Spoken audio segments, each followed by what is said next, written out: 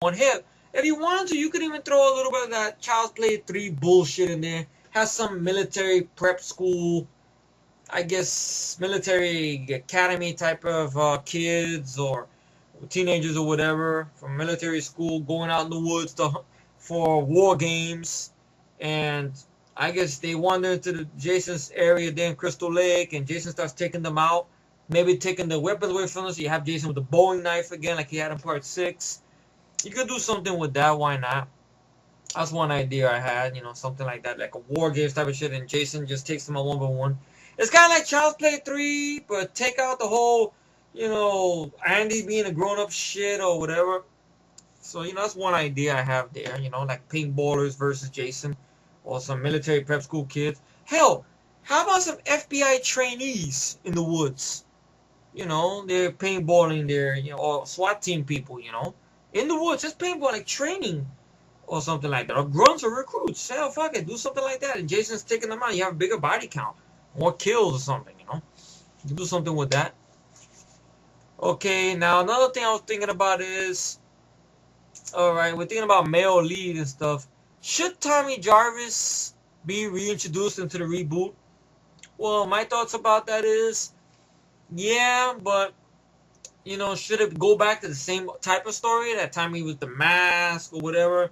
Or you could just take that story I had there, like the thing with the military recruits or something, or young prep school kids or whatever, military prep school, and they're paintballing for exercise or something. And you have this kid there named Tommy Jarvis, who is a kid, like Tommy in the original thing, keeps to himself, wears glasses, kind of a nerdy kid, that's not too keen on military school, but he likes masks.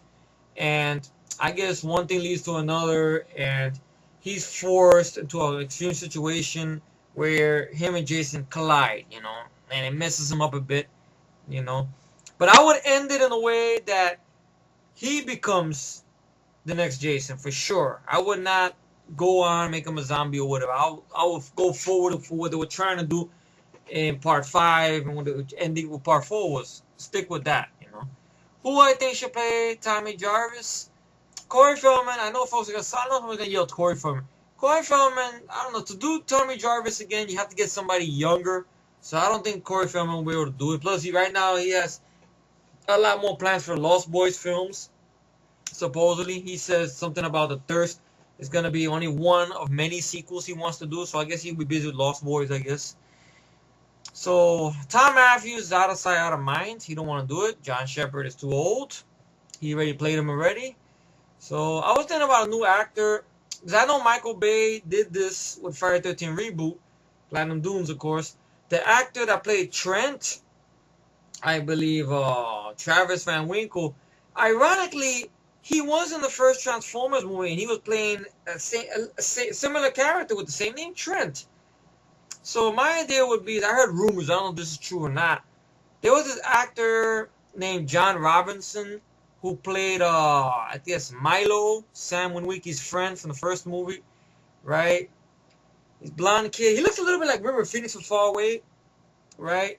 But there was rumors going around that him and Shia LaBeouf were very close on getting Sam Witwicky until Steven Spielberg stepped in and said, "Hey, I want Shia LaBeouf." And Shia LaBeouf, I guess, deserved it because he paid some fucking dues. Being small parts in little big movies, playing small parts, so he earned it to be there. So I think a good way you can make it up to John Robinson was let him be Tommy Jarvis. That's my idea about it.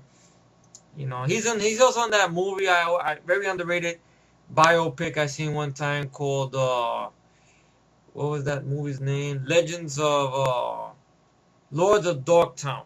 It's a very underrated film. I seen it a long time ago. Heath Ledger's in it, and Emil Hirsch. Very good movie. Good biopic. He was good in that film. He was good in that movie, so I want to see him do some more work. Him as Tommy Jarvis, I feel he could pull it off, So that'd be a good thing for Michael Bay to make it up for him, I guess, because he did it for Travis Van Winkle, for Trent. Hey, he even kept the same fucking name for the reboot, so it's possible. Now, directors. Who would I like to see direct this? Remember, this Pie in the Sky shit. So, the man I think will please a lot of fans if he was to direct it. I don't know if he'll do it, but maybe if the price is right and, they talk him into it, maybe. Director, I would love to see, and he's gonna do the special effects as well. A lot of people already know who I'm talking about. Tom Savini. That's right. Tom Savini claims he killed Jason in part 4. Yes, he created Jason in the first film. So it'd be interesting to see what his take would be on Jason now. You know, and stuff like that. How he would put the makeup on Jason now, still keeping him in human form and stuff. And then some of the kills and splats and everything that MPA cut out of part 4, you know, maybe not, he could get away with it now. Come on. If Hostel and Saw and Martyrs can get away with that crazy shit, Tom Savini can get away with his shit. Just to a certain extent, as long as he keeps the tone right still. You know, don't make it a mean-spirited film. You know, just keep the kills there, but don't lose the fun factor. That's one thing I want to see in the Friday the 13th film. Because you leave it too brutal, then you kind of lose the roller coaster ride, as Sean Cunningham would say. You know. So Tom Savini, I would like to see direct. Or another option I have, there's another long shot, because I know a lot of fans will not let him go near the franchise. But once again, people know who I'm talking about. Adam Marcus. That's right, Adam Marcus could get away with it again. Come on. The man admitted in the documentary when he talked about his experience on Jason Goes to Hell, how he was a young director. He didn't know too much. Now he's an older guy, an older director. So I think he should get another crack at it, you know. Why not? I'm sure he has some good ideas as well. Maybe him and Dean Lorry could cook up something. Or the more probable thing I feel that probably would end up happening is, so I know these guys are due to direct the film, especially since they made New Line a lot of money, especially Platinum Dooms. Mark Swift and Damien Shannon. That's right, 2 of these guys to direct the Friday the 13th reboot sequel. Why not? If they did a good job with the writing, I can see them with the direction. Why not? You know, seem like they're down-to-earth guys. I can see them directing it and writing it as well. You know, they know what the fans want. So that'll probably be the more probable thing happening, having them do it. And Harry Manfredini to come back to do the score, or at least a modernized score a little bit, you know, give him some time to do it. Steve Jablonsky, he's done better score, like in the Transformers films. Even though I'm not crazy about this film, this Michael Bay movie, The Island, I love the score for that film. Especially that one piece of score he did, My Name is Lincoln. It's a very epic score, you know. And yes, I enjoyed the score he did for the Texas Chainsaw Massacre remake and for the Texas Chainsaw Massacre prequel. He did a good job with the score there. But on Friday the 13th, and of course on this other fucking movie, which you guys will be seeing, you're gonna see me talk about soon, you know, he dropped the ball on that one, you know, stuff like that. But I guess I'm going on and on. And my final closing thoughts on this: it's been fun revisiting these films again. I haven't reviewed anything in a while before I started reviewing this stuff. Now I'm a bit worn out and stuff, but you know, it's been fun doing it. You guys have been very, very patient. I thank you for that. And of course, I have 12:05 a.m. now. Got to get to work tomorrow. It's Thursday, technically Friday now because it's midnight. And well, I got to get to work. So I just wanted to get this up. So you guys will probably see this once you see the re-uploaded review up. And then, by the way, you guys can stay tuned for a vlog I got coming up, some stuff I want to talk to you guys about. You know, movie news and such. And everything like that. And I thank you all for all the good feedback I got and welcome me back with open arms, you know. Reviewing all these Friday 13 films. All those people out there, friends of mine who enjoy Martyrs and Mutilator and Maniac and Gutterball and all these other movies like that. Or Inside, all these graphics, Hostel and so forth. You guys, you enjoy those films, that's cool. You can keep those films. Me, I'll stick with the Nightmare on Elm Street movies, the originals. Of course, some of the early Halloween films, and of course, all these movies right here.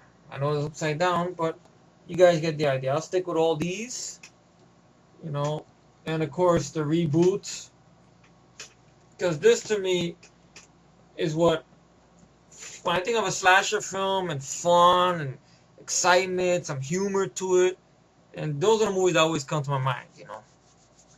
and little ones here and there, but those are the ones that I always think about a lot. So I'll stick with those along with Texas Chainsaw Massacre and Nightmare on Elm Street, the original ones, and Halloween films and a couple of Child's Play films, a couple of early stuff, you know. But that's just me, and I know I'm going on and on. But I thank you from the bottom of my heart for sitting with me here and listening to me go, you know, about the whole Friday the 13th franchises and everything. And thank you so much. And I hope you enjoyed this last part of the final part of the franchise, me talking about it. I guess until I hear otherwise, if the reboot sequel's still happening or not, but I'll keep my fingers crossed, you know, and stuff like that. I pray, please don't let Samuel Bear near Friday 13th. Please don't let that motherfucker near Friday 13th. All right. So of course this is Jeffrey. I live again. Look at yourself and live again. Y'all have a good night. Thank you for watching.